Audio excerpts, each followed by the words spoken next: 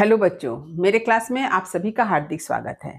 हिंदी साहित्य, कला, संस्कृति और अभिव्यक्ति पाठ्य पुस्तक वेस्ट बंगाल काउंसिल के अंतर्गत क्लास 11 में पढ़ाई जाती है। भेड़े और भेड़िए कहानी क्लास 11 के सेकेंड सेमेस्टर के अंतर्गत है और कहानीकार हैं हरिशंकर परसाई जी।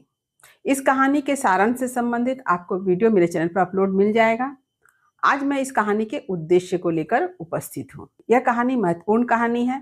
इस कहानी में हर बात को कहानीकार ने प्रतीकात्मक और व्यंग्यात्मक शैली में प्रस्तुत किया है। तो चलिए देखते हैं कि कहानी का उद्देश्य क्या है। उद्देश्य: हरिशंकर परसाई जी ने भेड़े और भेड़िए कहानी में भेड़ को आम जनता तथा भेड़िया को राजनेताओं का प्रतीक माना है। भेड़ और भेड़ियों को प्रतीक बनाकर लेखक ने समाज में व्याप्त राजनेताओं के चरित्र को उजागर किया है कि हमारे समाज में राजनेता चुनाव के समय लुभावने वादे करके आम जनता को अपने पक्ष में कर लेते हैं। लुभावने वादे करके आम जनता का वोट हथिया लेते हैं। जब ऐसे भ्रष्टाचारी दुराचारी नेता सत्ता में आते हैं तब आम जनता को अपनी भूल समझ में आती है। तो भेड़े और भेड़िए कहानी में भेड़ आम जनता का प्रतीक है और भेड़िया जो है वह राजनेताओं का प्रतीक है कि किस प्रकार चुनाव के समय राजनेता अच्छे अच्छे वादे करते हैं, लोगों को प्रलोभन देते हैं ताकि आम जनता उन्हें चुनाव में जिता सके, अपना बहुमूल्य वोट उनके पक्ष में दे। और ऐसा समय आता है कि ऐसे दुराचारी और भ्रष्टाचारी नेता जब सत्ता में आ जाते हैं तो आम जनता अपनी भूल पर पछताती है। राजनेताओं के आसपास चापलूस मंडराते रहते हैं और यही उनके चुनाव के प्रसार प्रचार में अपनी भूमिका निभाते हैं। जैसा कि भेड़े और भेड़िए कहानी में दिखाया गया है कि भेड़ बहुमत में होने पर भी भेड़िया के इर्द गिर्द रहने वाले सियार झूठे आश्वासन देकर भोली भाली भेड़ों को अपने पक्ष में कर लेते हैं। इस कारण चुनाव में भेड़ियों की ही जीत होती है। चुनाव जीतने के बाद भेड़िया जो पहला कानून बनाता है वह भेड़ के खिलाफ होता है। यही स्थिति राजनेताओं की है, जो चुनाव से पहले आम जनता की स्थिति को सुधारने की बात कहते हैं, झूठे वादे करते हैं, पर जैसे ही वे चुनाव जीत जाते हैं तो अपने वादे से मुकर जाते हैं। इस कहानी के माध्यम से परसाई जी ने प्रजातंत्र में झूठे, ढोंगी, धोखेबाज और चालाक राजनेताओं की पोल खोलने का प्रयास किया है। उनकी सच्चाई को पाठक के समक्ष प्रस्तुत किया है। वे रंगे सियार की तरह चुनाव जीतकर सिर्फ अपना स्वार्थ साधते हैं।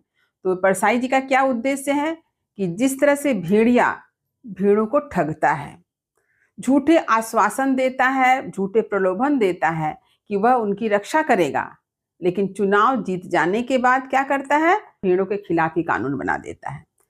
प्रजातंत्र में भी यही स्थिति देखते हैं कि राजनेता जो है वे बड़ी बड़ी बातें करते हैं, आम जनता को झूठे आश्वासन देते हैं, प्रलोभन देते हैं और आम जनता क्या करती है, अपना बहुमूल्य वोट राजनेता के पक्ष में देती है।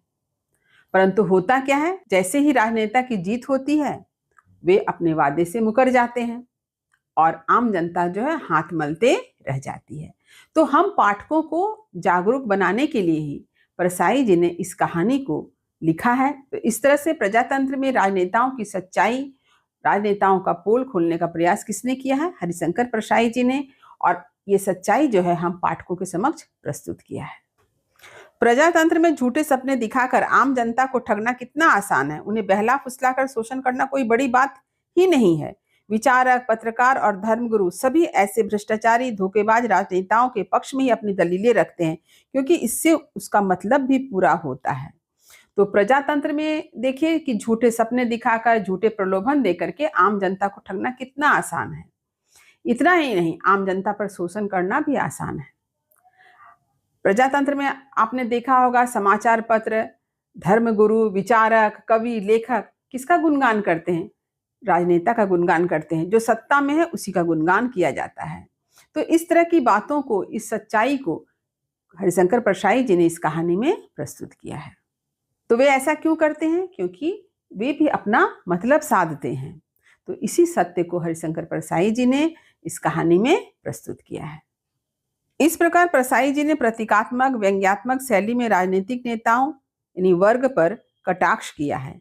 ऐसे में आम जनता का जागरूक होना अत्यंत आवश्यक है। आम जनता को राजनेताओं के द्वारा दिए गए झूठे वादों के चंगुल में नहीं फंसना चाहिए। अपना हित जब तक खुद हम नहीं समझेंगे तब तक हमारा भला कोई भी बाहरी तत्व नहीं कर सकता है। तो इसी सत्य को बताना ही हरिशंकर परसाई जी का उद्देश्य है कि हम अपना भला जितना खुद सोचेंगे उतना बाहरी लोग नहीं सोचेंगे।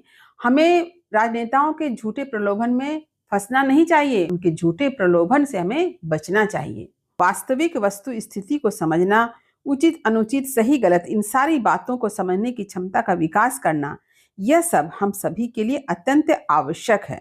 हमेशा सतर्क रहना चाहिए और अपने अधिकारों का सही प्रयोग करना चाहिए। तो कहानीकार परसाई जी ने यह बतलाया है कि प्रत्येक मनुष्य को सचेत होना चाहिए, प्रत्येक मनुष्य को जागरूक होना चाहिए। उन्हें यह समझ में आना चाहिए कि क्या गलत है, क्या सही है, क्या उचित है, क्या अनुचित है। इसके साथ ही साथ अपने अधिकारों के प्रति भी सजग होना चाहिए। अपने भीतर आत्मविश्वास पैदा करने के लिए शिक्षा को आत्मसात करना भी आवश्यक है। यानी प्रत्येक मनुष्य को अपने भीतर क्या है, आत्मविश्वास पैदा करना होगा। तो ये आत्मविश्वास कहाँ से आएगा? यह आत्मविश्वास शिक्षा से आएगी। यानी प्रत्येक मनुष्य को सही शिक्षा प्राप्त करना अत्यंत आवश्यक है। लोभ प्रलोभन से जनता को बचना भी जरूरी है, क्योंकि ये राजनेता जनता को विभिन्न प्रलोभनों के जाल में फंसाकर ही उनका शोषण करते हैं। यही भेड़े और भेड़िए कहानी का उद्देश्य है। तो हमें प्रलोभन से बचना है, हमें लालच नहीं करना है, क्योंकि लालच के कारण ही हम ऐसे राजनेताओं के चंगुल में फंस जाते हैं। तो हमें प्रलोभन से दूर रहना चाहिए। तो यही है भेड़े और भेड़िया कहानी का उद्देश्य। तो उम्मीद करती हूँ कि यह विषय आपने अच्छी तरह से समझ लिया होगा। यदि कहीं समझने में दिक्कत हुई हो तो कमेंट अवश्य करें, और यदि आपको समझ में आ गया है तो भी कमेंट जरूर करें। वीडियो को लाइक करें, सभी पढ़ने वाले विद्यार्थियों में शेयर करना ना भूलें, और जो बच्चे मेरे चैनल पर नए हैं वे चैनल को सब्सक्राइब जरूर कर लें, ताकि हर वीडियो का नोटिफिकेशन उन्हें समय समय पर मिल सके। तब तक पढ़ते रहिए, जीवन में आगे बढ़ते रहिए। मेरी शुभकामनाएं आप सभी बच्चों के साथ है। धन्यवाद।